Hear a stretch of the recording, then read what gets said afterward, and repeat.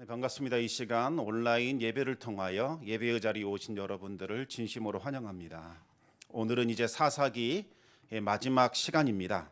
사사기를 본문으로 설교한 지도 벌써 29번째에 해당이 됩니다. 지난 시간에는 레위인의 이 죄악이 어떻게 이스라엘 전체로 퍼져나가서 공동체를 무너뜨리게 되었는지 그것에 대한 말씀을 나누었습니다. 이스라엘의 이 영적 지도자인 레위인이 세속 문화를 따라 첩을 맞이했고 그것도 부족해서 행음을 저지르게 됩니다. 그러자 그의 첩도 맞서서 행음을 저질렀고 화를 이기지 못해서 친정으로 가버립니다. 우여곡절 끝에 이 레위인은 첩을 다시 집으로 데려왔는데 그 과정에서 첩은 이 불량배들에게 능욕을 받아서 죽임을 당하게 됩니다. 분노한 이 레위인은 첩의 시신을 거두어 집으로 돌아가 12덩어리로 나눈 후에 이스라엘 사방에 두루 보내어 전쟁을 소집하게 됩니다. 레위인의 마음에는 자신을 모욕하고 또 욕보인 그 불량배들을 보복하는 것, 오로지 그 생각밖에 없었습니다. 결국 레위인의 그 일그러진 보복심과 자존심 때문에 이스라엘 전체는 사륙의 현장으로 물들이게 됩니다. 레위인이 이 전쟁 소집을 요청하자 40만 명이나 되는 거대한 이스라엘 자손이 일제히 미스바로 모여들게 됩니다. 출애굽할 때에 남자가 60만 명이었기 때문에 거의 모든 숫자가 모였다고 볼 수 있겠습니다. 특히 드보라가 전쟁을 소집할 때에는 1만 명만 모였었고 또 기드온이 전쟁을 소집할 때에도 3만 2천 명밖에 모이지 않았습니다. 40만 명이 모였다는 것은 실로 어마어마한 일이라고 할 수 있습니다. 그런데 한편으로는 참 씁쓸합니다. 이방 족속이 약속의 땅을 유린할 때에는 그것을 외면하더니 형제를 정죄하고 보복한 일에는 너나 할 것 없이 모여들었다는 사실 때문입니다. 레위인은 이 미스바에 모인 이스라엘의 군중 심리를 자극하기 시작을 했고 이스라엘은 크게 흥분하기 시작을 합니다. 원래 이 불량배들의 죄를 처리하는 절차는 철저히 하나님의 율법을 따라 진행해야 합니다. 그래야만 질서가 바로 세워지는 것이고 하나님의 통치가 이루어질 수 있습니다. 하지만 이스라엘은 레위인이 불러일으킨 그 증오와 복수심에 눈이 멀어서 하나님의 율법과 하나님이 정해주신 절차를 완전히 무시했고 사적인 보복을 단행하게 됩니다. 하지만 어떤 경우에도 보복으로는 문제를 해결할 수 없습니다. 보복은 또 다른 보복을 불러와 결국은 모두 다 피에 물들이기 때문입니다. 결국 이스라엘 연합군과 이 불량배들을 옹호하는 베냐민 지파가 한바탕 전쟁을 치르게 됩니다. 40만 명의 이스라엘 연합군들과 26,700명의 베냐민 지파가 서로 피 흘리는 전쟁을 하게 되었습니다. 이스라엘 연합군은 이 전쟁에 대한 정당성을 확보하고자 전쟁을 치르기 전에 하나님께 물었습니다. 그들은 우리 중에 누가 먼저 올라갈 것인지를 하나님께 물었고 하나님은 유다 지파가 먼저 올라가라고 대답을 해 주셨습니다. 그러나 전쟁의 결과는 이스라엘 연합군의 패배였습니다. 한 번만 패배한 것이 아니라 두 번에 걸쳐 연달아 패배했습니다. 분명히 하나님께 기도했고 유다 지파가 올라가라는 응답도 받았습니다. 그런데 왜 이들은 패배했던 걸까요? 이 전쟁 자체는 처음부터 하나님의 뜻과는 거리가 멀었기 때문입니다. 베냐민 지파와 전쟁을 치를 것이 아니라 율법에 따라 공의로운 통치를 했어야만 했습니다. 하지만 그들은 복수심과 증오심과 이 공명심에 불타서 하나님의 율법을 외면해 버렸고 같은 동족을 향해 칼과 창을 겨누는 피해 보복을 단행한 겁니다.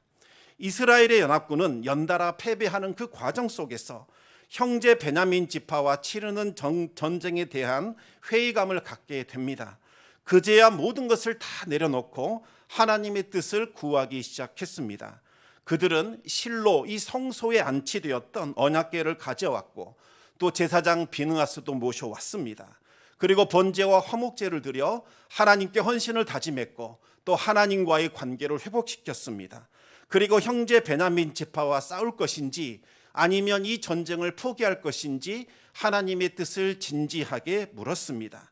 그제야 하나님은 이스라엘 연합군에게 전쟁을 명하셨고 베냐민 지파를 넘겨주시겠다는 약속을 하셨습니다. 결국 이스라엘은 승리를 거두게 됩니다. 베냐민 지파의 군대는 600명만 살아남고 모조리 멸절되었습니다. 이스라엘은 서로에게 너무나 많은 상처를 주었고 너무나 많은 피를 흘렸습니다. 이것으로 이제 전쟁은 마쳐야 하는 것이 마땅합니다. 하지만 이스라엘 연합군은 베냐민의 성읍으로 들어가서 모든 사람들과 가축을 칼로 쳐서 죽이고 닥치는 대로 불살라 버렸습니다. 마치 가나안 원주민을 멸절시키듯이 형제 지파를 멸절하는 악행을 저질렀던 겁니다.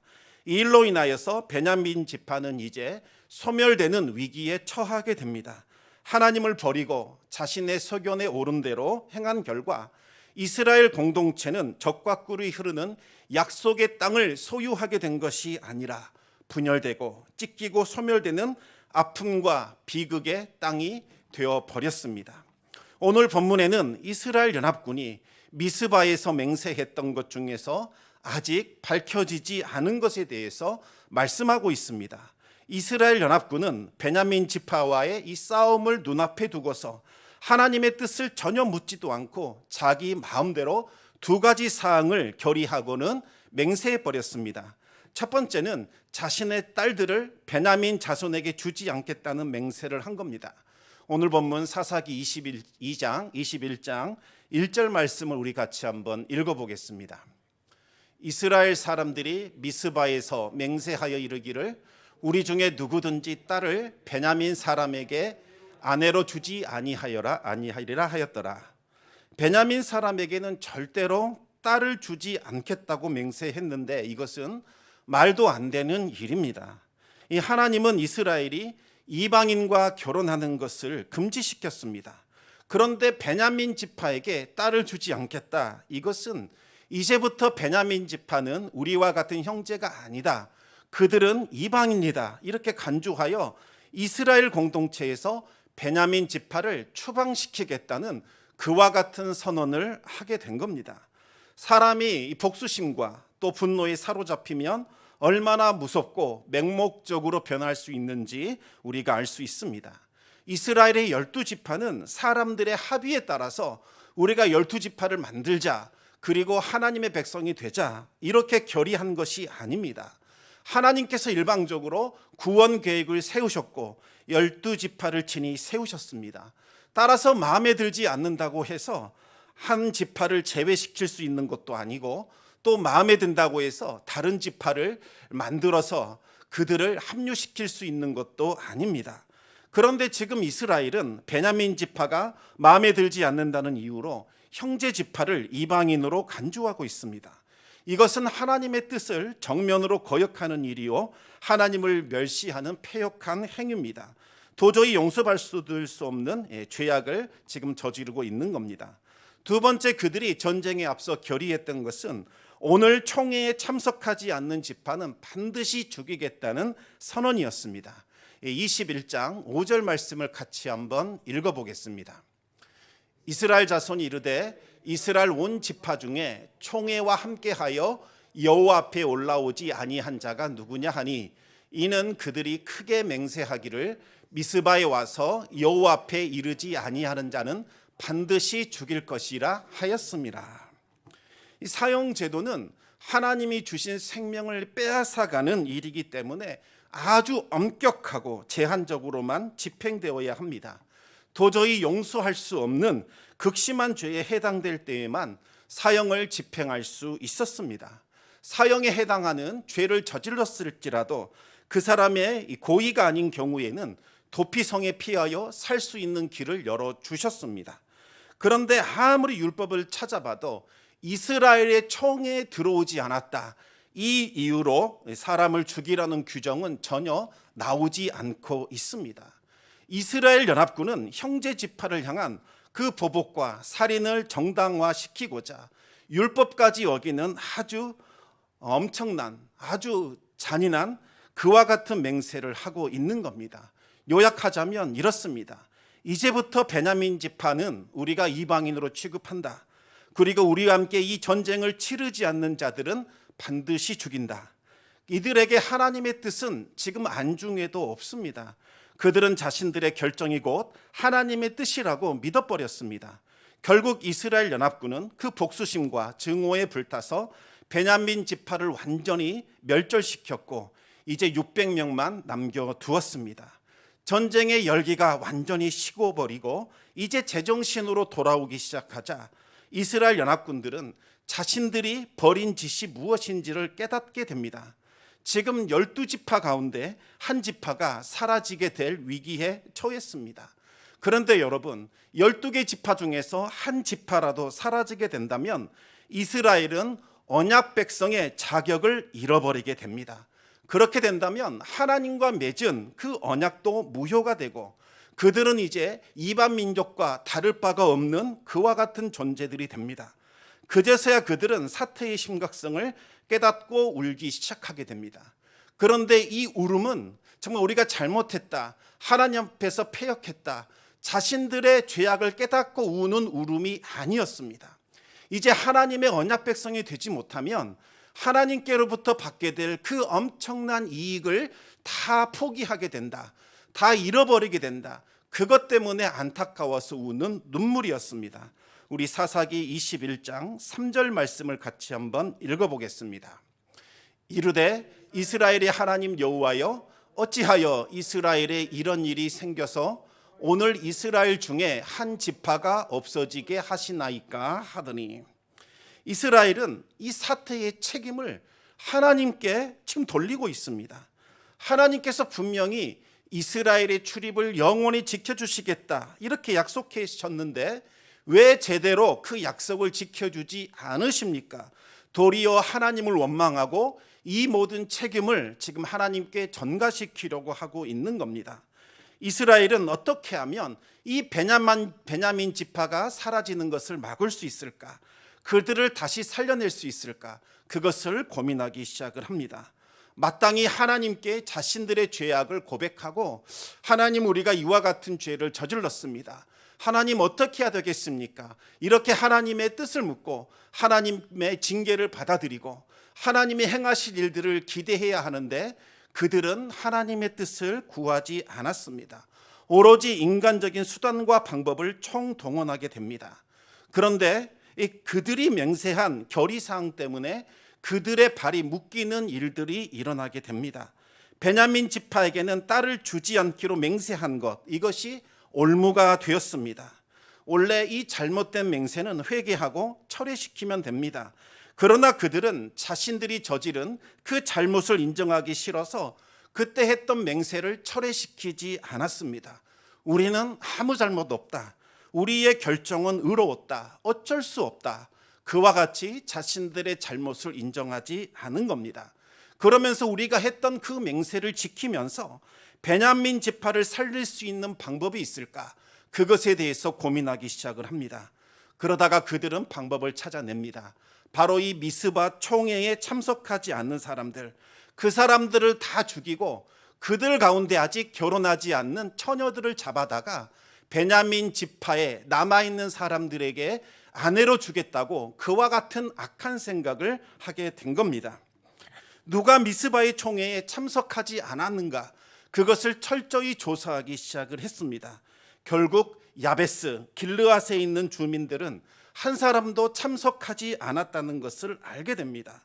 그들은 이제 이 총회에 참여하지 않고 전쟁에 들어오지 않는 야베스 길르앗 사람들을 다 죽이자, 그렇게 결의를 하고 그들 중에 결혼하지 않는 그 처녀들을 잡아다가 우리가 베냐민 지파 남은 사람들의 아내로 주자, 이와 같은 결의를 하게 됩니다. 그리고 이스라엘은 전쟁에 잔뼈가 굵고 용맹한 큰 용사 12,000명을 선발해서 야베스 길르앗 땅으로 보내게 됩니다.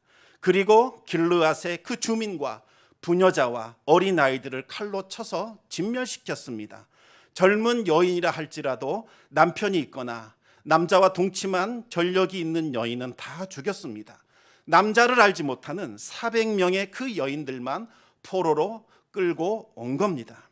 어떻게 이 400명의 여인이 남자와 동침하지 않았다는 것을 증명할 수 있었을까요?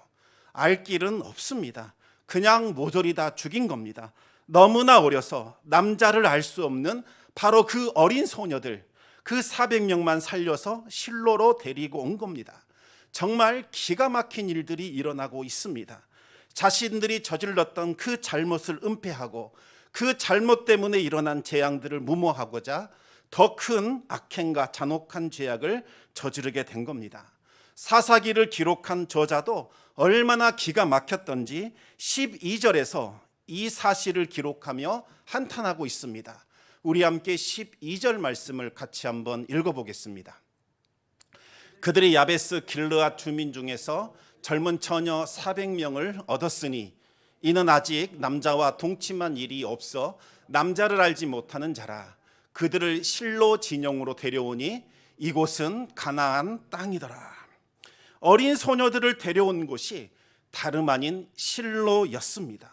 실로는 거룩한 하나님의 성소가 있는 종교 중심지입니다. 바로 하나님의 언약궤가 있는 바로 그곳으로 이 어린 소녀들을 데려온 겁니다. 이 실로로 데려왔다는 것은 이토록 처참하고 잔혹한 죄악이 바로 제사장과 레위인과 그리고 이스라엘의 대표자들의 주도하에 하나님의 이름으로 자행되었다는 것을 보여주고 있는 겁니다. 실로로 끌려왔던 그 어린 소녀들, 자신들의 눈앞에서 가족들이 칼날에 쓰러져 죽는 참혹한 광경을 지켜봤습니다. 그리고 강제 결혼을 위하여 결박된 채로 실로로 끌려왔습니다. 얼마나 기가 막히겠습니까? 가장 우선적으로 보호를 받아야 할 자신의 그 군인들로부터 아무런 보호도 받지 못했고 도리어 그 군인들에 의하여 처참하게 죽임을 당한 겁니다. 아마도 평생 트라우마에 시달리면서 살아남은 자신의 운명과 자신의 인생을 저주하며 살아가게 될 겁니다. 차라리 하나님을 알지 못하는 이방인들에게 죽임을 당하고 또 포로로 끌려왔더라면 하나님의 위로라도 구할 수 있었을 겁니다. 그런데 지금 일어나고 있는 이 모든 일들이 하나님의 이름으로 자행이 되었습니다. 종교 지도자들, 각 지파의 대표자들의 결정을 따라 잔인한 살인과 폭력과 인신매매가 벌어지게 된 겁니다. 앞으로 어떻게 이 소녀들이 하나님을 믿고 섬길 수 있겠습니까? 하나님이 정말 악한 신처럼 느껴지지 않았겠습니까? 또 하나님의 백성들이 악마를 숭배하는 그와 같은 자들로 느껴지지 않았겠습니까? 얼마나 기가 막히고 믿기지 않고 분노가 치밀어 올랐으면 사사기를 기록한 기자는 12절 맨 마지막에 이곳은 가나안 땅이더라 이렇게 탄식했겠습니까? 젖과 꿀이 흘러야 하는 그 약속의 땅, 하나님의 그 거룩한 땅에서 이와 같은 일이 일어날 수 있느냐는 겁니다. 가나안은 더 이상 거룩한 땅이 아니라 죄악의 땅, 저주의 땅, 죽음의 땅으로 변해버렸습니다. 13절에서 이스라엘의 온 회중은 베냐민 지파를 향한 태도를 바꾸기 시작을 합니다. 더 이상 싸워야 할 적이 아니라 이제부터는 함께 살아가야 할 형제로 여기며 그들에게 평화를 선포했습니다. 왜 싸우다 말고 평화를 선포하게 된 걸까요? 베냐민 지파를 향한 자신들의 잘못을 깨달았기 때문일까요? 그렇지 않습니다. 베냐민 지파가 사라질 경우 자신들이 받게 될 그 불이익이 두려웠기 때문이었습니다. 지금 베냐민 지파에서 살아남은 이 생존자들, 가족도 잃어버렸고 가축도 잃어버렸고 성읍도 잃어버렸고 삶의 터전조차 잃어버렸습니다. 지금 남아있는 것은 아무것도 없습니다. 이스라엘의 대표자들은 이 일에 대해서 책임 있는 사죄를 하거나 용서를 구했어야 합니다. 그러나 그들은 아무런 사죄도 하지 않았고 용서도 구하지 않았습니다. 상처 입은 그 마음도 위로해 주지 않았고 그들에게 끼친 손해도 보상해 주지 않았습니다. 이스라엘은 야베스 길르앗을 멸절시키고 잡아온 이 400명의 소녀를 아내로 주는 것, 이것으로 갈등과 분쟁을 끝내고자 했습니다. 평화를 선언하면서 이제 고향으로 돌아가라고 합니다. 더 이상 이 일에 대해서 너희는 아무 불만도 갖지 말고 문제 제기도 하지 말라는 겁니다. 이것은 또 다른 형태의 잔혹한 폭력이고 억압입니다. 어찌 이와 같은 평화가 이루어질 수 있겠습니까? 그런데 아직도 200명은 가정을 이루지 못했습니다.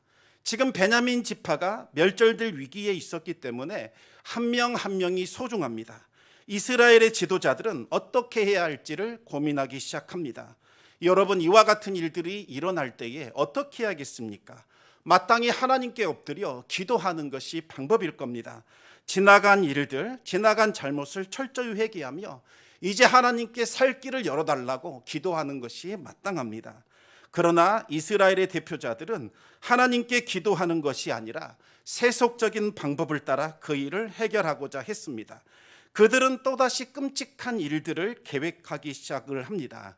그들이 제시했던 해결책은 아내를 얻지 못한 200명의 이 베냐민 남자들이 어린 소녀를 납치해서 아내로 삼는 것, 이것이 해결책이라고 제시를 하게 됩니다. 이스라엘의 그 지도자들은 200명의 이 생존자들에게 구체적인 방법을 알려줬습니다. 실로는 하나님의 언약궤가 안치된 성막이 있는 종교의 중심지입니다. 하나님의 절기가 되면 온 이스라엘에 흩어진 백성들이 바로 이곳 실로에 모여서 하나님께 제사를 드리게 됩니다. 그러면 부모를 따라온 딸들도 축제 기간 중에 절기를 지키며 밤늦게까지 춤출 수 있었습니다. 너희들이 바로 이 포도원에 숨어 있다가 하나님께 제사를 드리러 온 바로 그 거룩한 딸들을 납치하여 너희들의 아내로 삼으라는 악한 계략을 알려준 겁니다. 한마디로 하나님께 제사 드리러 온 이스라엘의 처녀를 납치하라는 말인데, 율법을 보면 납치를 한 사람은 반드시 죽이라고 명령되어 있습니다. 이스라엘을 대표하고 있는 바로 그 지도자들이 하나님께서 가증하게 여기시는 죄악을 계획하고 그 일을 실행하라고 부추긴 겁니다. 그러면서 딸의 부모나 형제가 항의를 한다면 우리들이 대신 나서서 처리해 주겠노라 굳게 약속까지 했습니다. 어떻게 처리하겠다는 걸까요? 베냐민 지파가 멸절되면 안 되지 않느냐? 우리에게 은혜를 베풀어 당신의 딸을 우리에게 주라. 그리고 이스라엘 총회에서 우리의 딸들을 베냐민 지파에게 주지 말라고 맹세했지만 너희들이 자의로 준 것이 아니라 납치당한 것이 아니냐? 그러니까 맹세를 어긴 것은 아니다. 이렇게 둘러대 주겠다는 겁니다. 그렇게 타이르고 회유해서 그 부모들을 자신의 땅으로 돌려보내겠다고 그렇게 약속하고 있는 겁니다. 그리고 말도 되지 않는 그 악한 계획이 결국은 실행이 되게 됩니다.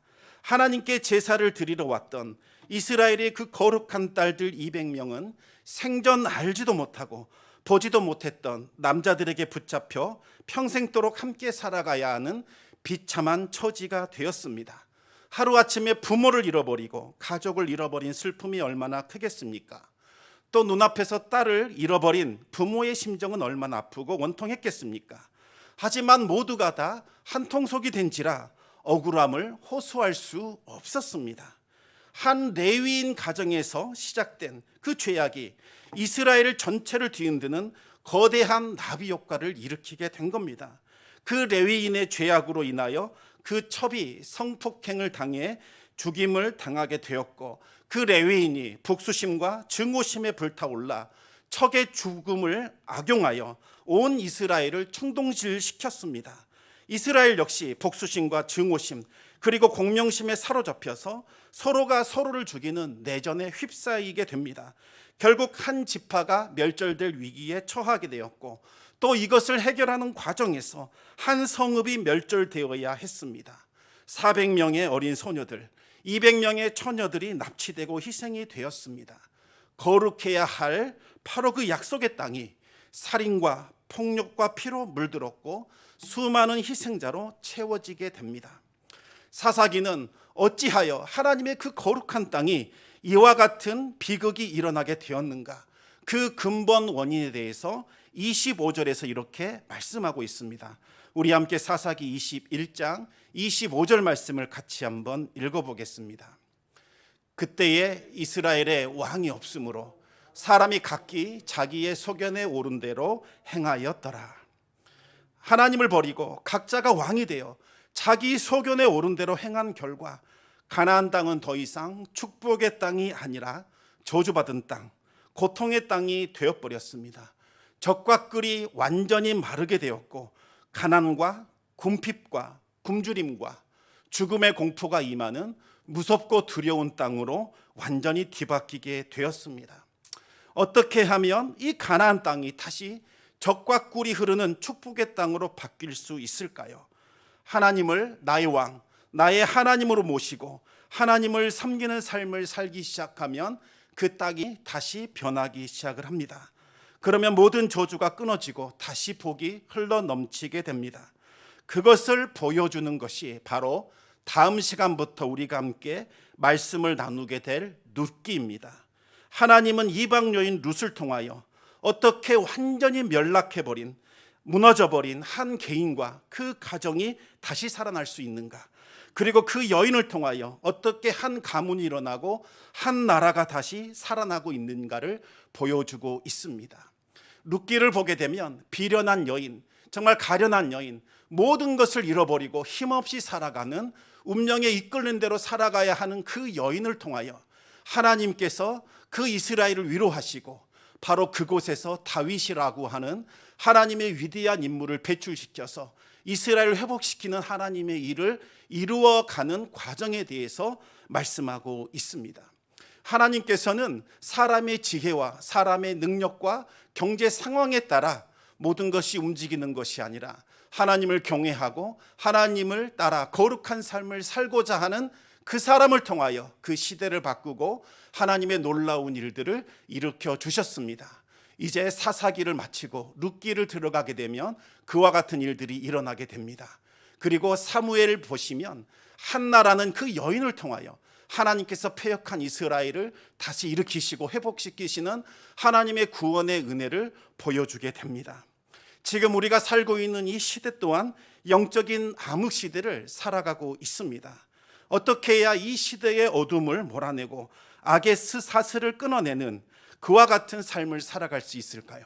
그것은 우리의 힘과 우리의 능력과 우리의 결단력과 우리의 지혜로 하는 것이 아님을 고백해야 합니다.